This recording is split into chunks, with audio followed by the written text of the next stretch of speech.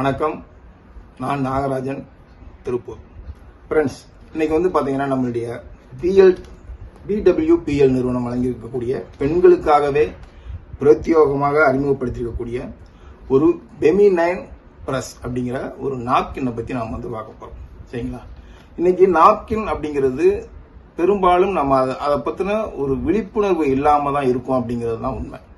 ஆனால் கொஞ்சம் யோசிச்சு பாருங்க, மாசத்துல 5 நாட்கள், வருடத்துல 60 நாட்கள், கிட்டத்தட்ட ஒரு பெண் பாத்தீங்கன்னா சராசரியா அவங்களுடைய ஆயுட்காலத்துல 2400 நாட்கள் இந்த நாப்கின் பயன்படுத்திட்டு இருக்காங்க. இன்னைக்கு பெண்களுக்கு ஏற்படக்கூடிய பல்வேறு விதமான உடல்நல குறைபாடுகள்ல இந்த நாப்கின் முக்கியமான பங்கு வகிக்குது அப்படின்ட்டு உலக சுகாதார அமைப்பும் நம்மளுடைய மருத்துவர்களுமே ஒத்துக்கிறாங்க. அப்போ ஒரு நல்ல ஒரு நாப்கினை பயன்படுத்துறது மூலமா அவங்களுடைய உடல் ஆரோக்கியத்தை நம்ம மேம்படுத்த முடியும். அதுக்காக தான் நம்ம பாத்தீங்கன்னா இன்னைக்கு ஒரு 100% ஆர்கானிக்கான ஒரு நாப்கினை பத்தி சொல்ல போறோம்.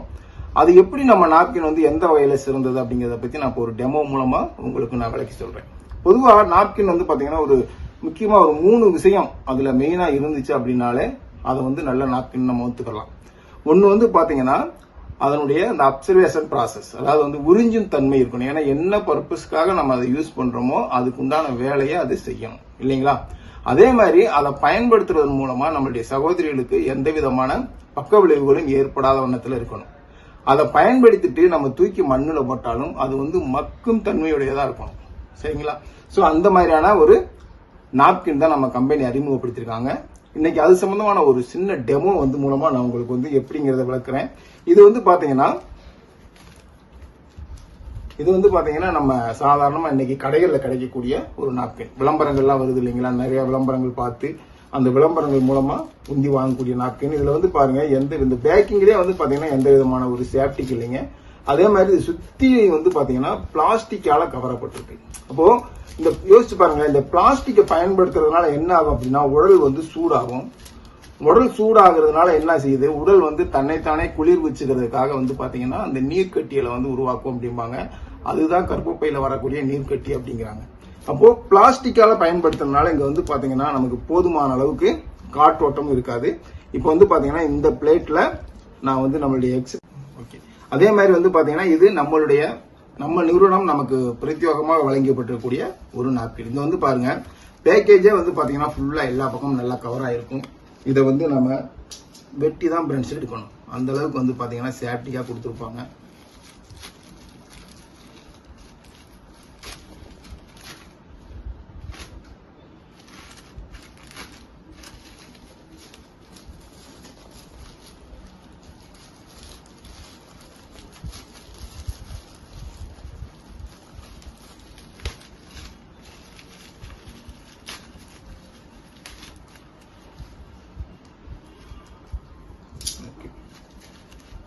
பாத்தீங்கன்னா ரெண்டாவது இதுல இருக்கக்கூடிய அந்த கம்மு இருக்கு இல்லைங்களா? அந்த கம்மு பாத்தீங்கன்னா புட்டுல பயன்படுத்தக்கூடிய கம்மு, அதாவது உணவுப் பொருள் இருக்கு இல்லைங்களா? அந்த உணவுப் பொருள்ல பயன்படுத்தக்கூடிய கம்மு தான் கொடுத்திருக்காங்க. இது பாத்தீங்கன்னா பிராண்ட்ல இருக்கும்.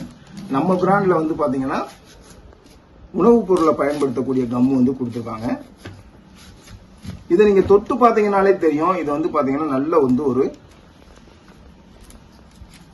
சாஃப்ட்னஸ் தெரியுங்க. என்ன காரணம்னு பாத்தீங்கன்னா இது ஒரு பியூர்லி பாருங்க, இப்படி தொட்டு பார்த்தாலே தெரியும். இது ரப்பர் மாதிரி இருக்கும். இது தொட்டு பாத்தீங்கன்னாலே ஒரு சாஃப்ட்னஸ் தெரியும். இது பாத்தீங்கன்னா சர்ஜிக்கல் காட்டன் அப்படின்னு சொல்லக்கூடிய ஆஸ்பத்திரியில எல்லாம் பயன்படுத்துறாங்க இல்லைங்களா?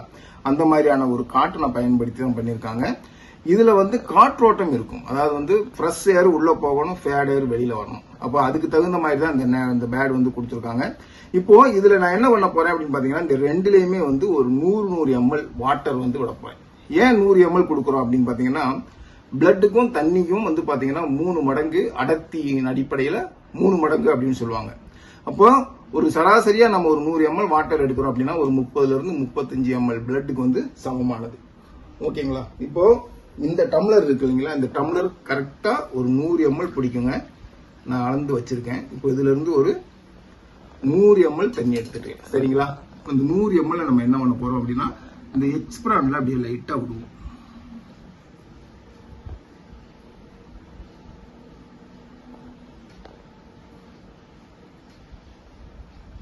ஏன் மெதுவா விடுறேன் அப்படின்னா, அப்பயாவது அது உறிஞ்சுதான் அப்படிங்கறத நம்ம தெரிஞ்சுக்கலாம்.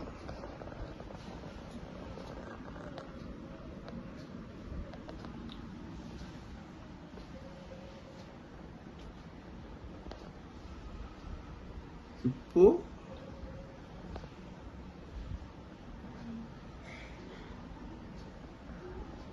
100 ml வாட்டர் நம்மளுடைய வழக்கமாக பயன்படுத்தக்கூடிய எக்ஸ்பிராண்டில் வந்து விட்டுருக்குங்க.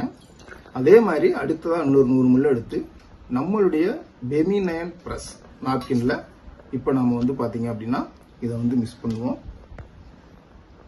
பாருங்க, ஊத்துறப்பே உறிஞ்சிடும். அப்படியே வந்து பார்த்தீங்கன்னா ஒரு துளி கூட வெளியில் போகாது. அப்படியே உறிஞ்சக்கூடிய தன்மை பாருங்க, நீங்களே பாருங்க. நல்லா ஜூம் பண்ணி காட்டு தம்பி, அப்படியே இதுவாக வச்சு காட்டு. இது பார்த்தீங்க அப்படின்னா பாருங்க, எக்ஸலண்டா உரியுங்க.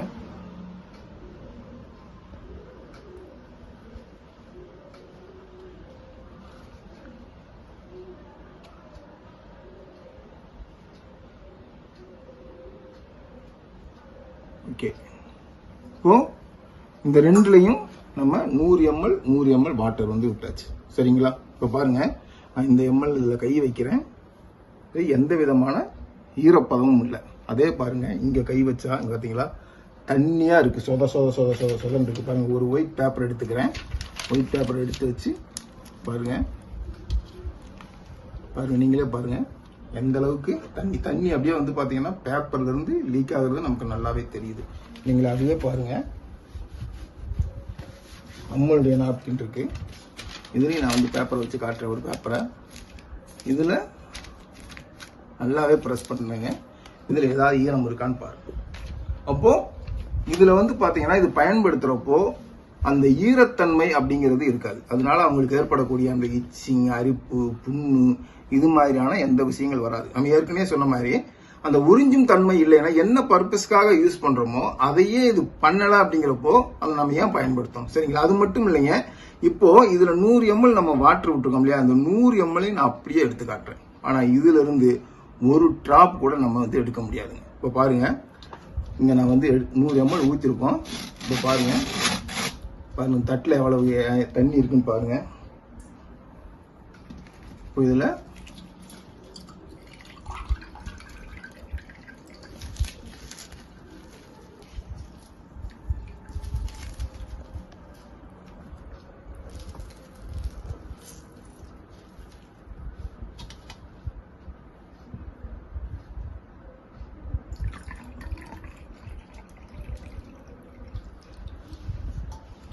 பாருங்க நண்பர்களே, கிட்டத்தட்ட அந்த 100 ml தண்ணி வந்துருச்சு. சரிங்களா? அப்ப இதுல ஏதாவது உறிஞ்சிருக்கானா? எதுவுமே கிடையாது. அது மட்டும் இல்ல,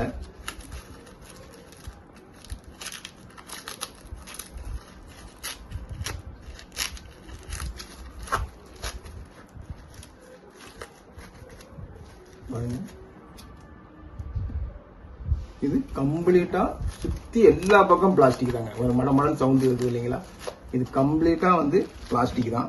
இப்ப பாருங்க, நம்ம இதுல புளியலாம்.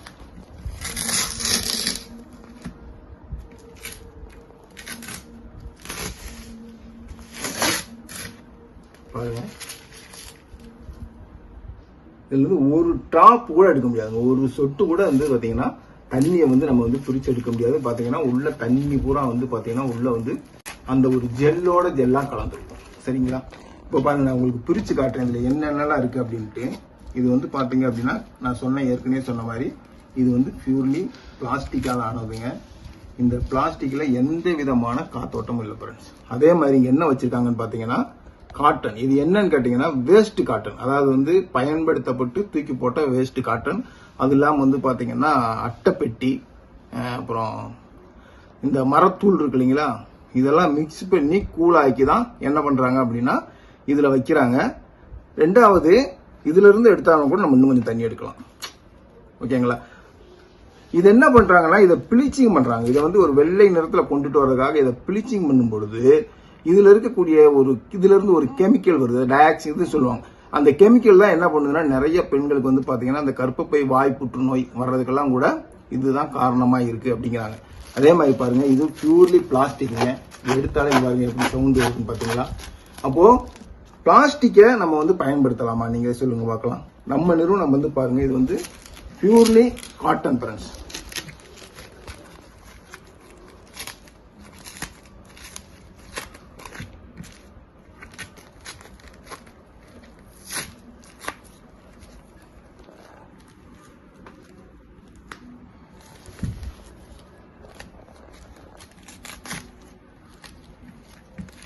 பாருங்க.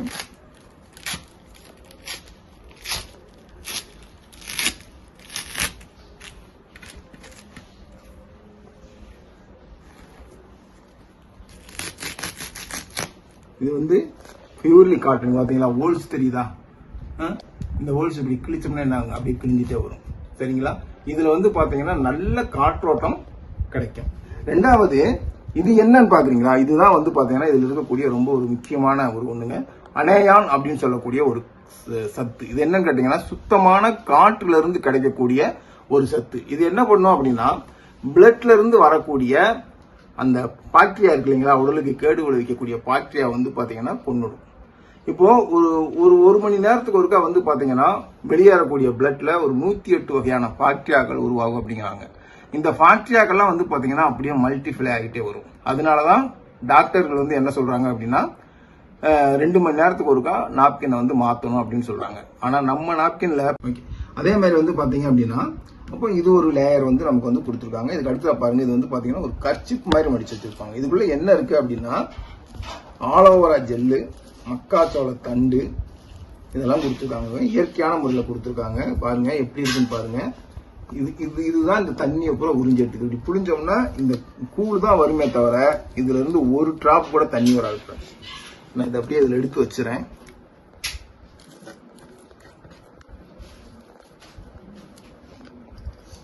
இதெல்லாம் பாருங்க சுத்தமான காட்டனுங்க, கர்ச்சிப் மாதிரி மடிச்சு கொடுத்துருக்காங்க.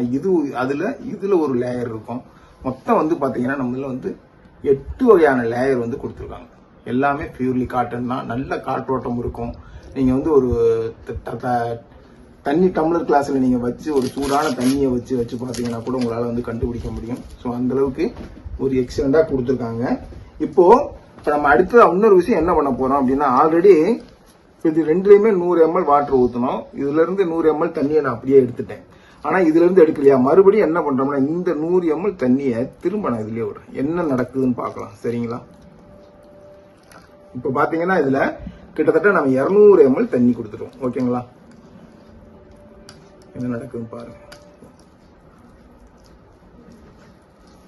அதாவது வந்து அந்த ஜெல்லுடைய நெகிழ்வுத்தன்மை அதிகமாகுமே தவிர எவ்வளவு தண்ணி ஊத்தினாலும் அது எல்லாமே வந்து பிரிச்சு எடுத்துருங்க. பாருங்க, மறுபடியும் ஜெல் ஆயிடுச்சு. பாத்தீங்களா? இப்பயும் நீங்க இதுல இருந்து தண்ணி எடுக்கவே முடியாதுங்க.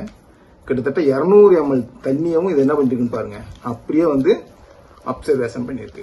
யோசிச்சு பாருங்க ஃப்ரெண்ட்ஸ், ஒரு எக்ஸலண்டான ஒரு ப்ராடக்டை கொடுத்து நமக்கு கூடவே ஒரு வருமான வாய்ப்பையும் கொடுத்துருக்காங்க அப்படின்னா ஏன் இதை வந்து நம்ம சிறப்பான முறையில் மக்களுக்கு செய்யக்கூடிய ஒரு சேவையா நினைச்சு செய்யக்கூடாது? அதே மாதிரி இது கொஞ்சம் யோசிச்சு பாருங்க ஃப்ரெண்ட்ஸ். இன்னைக்கு ஒரு கடையில் விற்கக்கூடிய நம்ம உடலுக்கு கேடு விளைவிக்கக்கூடிய நாப்கின்ல இருந்து நமக்கு ஒரு மிகச்சிறந்த ஒரு வாய்ப்பை வந்து நம்ம நிறுவனம் வந்து கொடுத்து நமக்கு கூடவே வந்து பாத்தீங்கன்னா ஒரு வருமானம் பண்றதுக்கு உண்டான ஒரு நல்ல வாய்ப்பையும் கொடுத்துருக்காங்க. அப்போ இதை எல்லாருமே எடுத்து செய்யலாம். குறிப்பா பெண்கள் நீங்க இதை வந்து கையில் எடுத்தீங்க அப்படின்னா நிச்சயமா இந்த ஒரு பொருள் போதுங்க. இந்த ஒரு பொருளை வச்சு நீங்க வந்து பாத்தீங்கன்னா லட்சங்கள்ல சம்பாதிக்க முடியும் ஃப்ரெண்ட்ஸ். ஓகேங்களா? ஸோ நல்ல முடிவெடுங்க, நல்ல வாய்ப்பு, சக்சஸ் பண்ணிக்கங்க. நீங்களும் பயன்படுத்துங்க. மற்றவங்களுக்கும் இதை பயன்படுத்துறதன் மூலமா இந்த பெண் சமுதாயத்துக்கு உங்க மூலமா ஒரு நல்லது நடக்கட்டும் சொல்லி நான் விடைபெற்றுக்கிறேன். நன்றி, வணக்கம்.